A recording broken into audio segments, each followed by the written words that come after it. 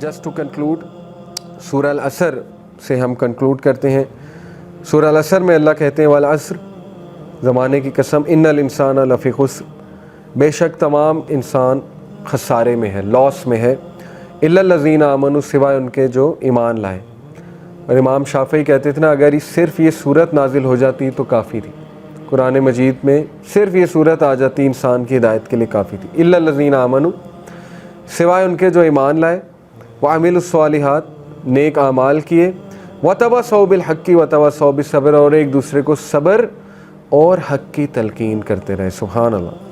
Muslim society بنتی ہی ایسے ہے کہ ہمیں ایک دوسرے کو صبر اور حق کی تلقین کرنی. یہ ہے اصل میں ایمان کا بھی تقاضا اور خسارے سے بچنے کا ایک کرائٹیریا، کہ اگر آپ نے خسارے سے بچنا ہے تو یہ تو پھر آپ کو کرنا پڑے گا. اور الا الذین آمنوا، ایمان لانے کا تقاضا بھی صبر ہے.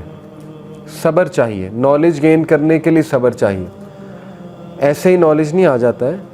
کئی آپ کو ہو سکتا ہے اسکالرس کے پاس جانا پڑے جب سوال آپ کے ذہن میں آئے، ٹریول کرنا پڑے، ہو سکتا ہے آپ کو سرچ کرنی پڑے. ایسے تو نہیں ہوتا نا، پھر سرچ بھی تو کرواتا ہے نا اللہ تعالیٰ. تو شارٹ کٹس کی طرف نہ آ جائیں، شارٹ کٹ سے نالج نہیں آتا. یہ جو ہے نا کہ ایک عالم کو فون کیا اور اس کو مسئلہ بتا، اور بس مجھے مسئلہ مل گیا تو یہ علم آ گیا، اس کو علم نہیں کہتے ہیں. یہ تو شارٹ کٹ لگا رہے ہیں نا. علم سے جڑ جائیں، سیرت کی کتاب پڑھنے لگ جائیں، کوئی کلاس جوائن کر لیں، کوئی ایسا سلیبس کریں جو مطلب آپ کہہ لیں کہ ایک سیکوینس میں ہے، اور اس کا کچھ اس کے کنٹینٹس ہیں، اس کا کچھ کریکولم ہے.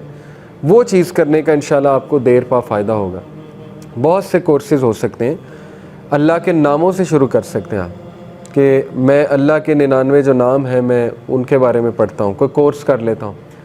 اسی طرح دل کو نرم کرنے والی باتیں، کتاب الرقاق صحیح البخاری کی، وہ پڑھنا شروع کر دیں، اس پہ کوئی کورس شروع کر دیں، کوئی سرچ کریں، کوئی عالم کو کہیں مجھے یہ پڑھا دیں، کتاب الرقاق پڑھا دیں، ٹھیک ہے نا.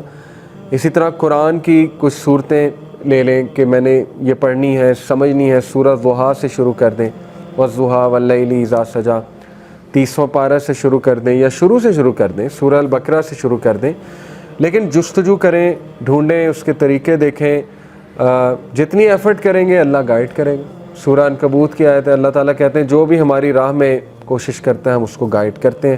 پکی بات ہے، گائیڈ کرتے ہیں. تو بہرحال سورہ العصر کے بارے میں بتاتا چلوں کہ صحابہ جب بھی ایک دوسرے سے ملتے تھے تو تب تک نہیں اٹھتے تھے اس محفل سے جب تک سورہ العصر نہیں سنا دیتے تھے. یہ سورہ العصر کے بارے میں آتا ہے. کیوں؟ ریمائنڈر کے لیے، ایک دوسرے کو بوسٹ کرنے کے لیے. دیکھیں ان کی کاؤنسلنگ یہی ہوتی تھی، ان کی وہ لمبی چوڑی گھنٹے کی کاؤنسلنگ نہیں ہوتی تھی. وہ سورہ العصر سنائی، سب کی کاؤنسلنگ ہو گئی. وہاں سے اٹھے اور بس اپنے اپنے گھروں کو چلے. سب کو سمجھ آ گئی کہ بس یہی ہے دنیا کی زندگی میں. تو پھر ظاہر ہے اب کیا کریں، صبر بھی ہے، حق کی تلقین بھی ہے، اور ایمان بھی لانا ہے، اور ظاہر ہے نیک اعمال بھی کرنے ہیں. الحمدللہ اس سے انہیں بوسٹ ملتی تھی اور ورچو ملتی تھی، نیکی کی جستجو، نیکی کی چاہت ہوتی تھی ان کے دلوں میں. اور دیکھیں آج پھر اللہ تعالیٰ نے ان کا ایک مقام بھی رکھا ہمارے سامنے. اللہ نے ہمیں بتایا کہ ان لوگوں کا ایک مقام ہے، وہ تمہارے لیے ایک مثال ہے. تو صبر ایک بہت زبردست ایٹریبیوٹ ہے، بہت گریٹ ورچو ہے. خصوصاً نوجوان اور ینگ ایج میں صبر بہت زیادہ مسنگ ہوتا ہے، کیونکہ جوانی جو ہے نا یہ مسٹیکس کی عمر ہوتی ہے یوزلی.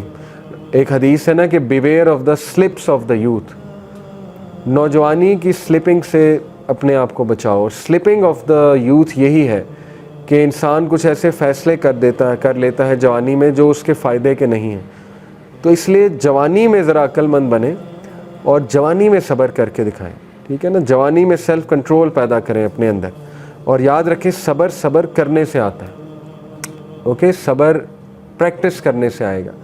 اور سائیکلوجیکلی سپیکنگ یہ بالکل درست ہے کہ جب ایک انسان ایک خاص ہیبٹ کو پریکٹس کرتا ہے، سائیکالوجسٹ کہتے ہیں نا 21 سے 40 دن پریکٹس کرو تو وہ چیز آپ کی بن جاتی ہے، اسٹرانگ بن جاتی ہے. نیورونز کے کنیکشن، اس کا پاتھ وے بن جاتا ہے، نیورونز کا نیورل پاتھ وے کہتے ہیں اسے. تو یہی بات ہے، آپ پریکٹس کرتے رہیں. ایک بار صبر کریں گے تقویت ملے گی، دوسری بار کریں گے مزید ملے گی، تیسری بار کریں گے مزید ملے گی، چوتھی بار آسان ہو جائے گا اس چیز پہ صبر کرنا.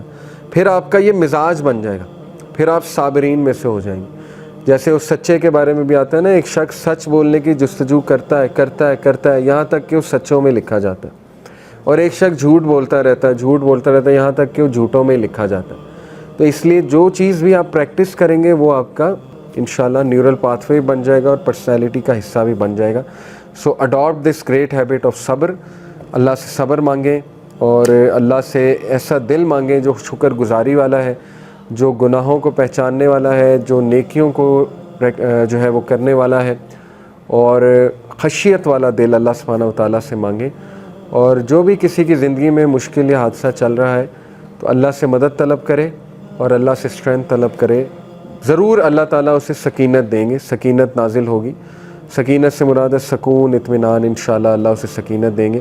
سبحانک اللہم و بحمدک، اشہد ان لا الہ الا انت، استغفرک و اتوب الیک۔ السلام علیکم ورحمۃ اللہ۔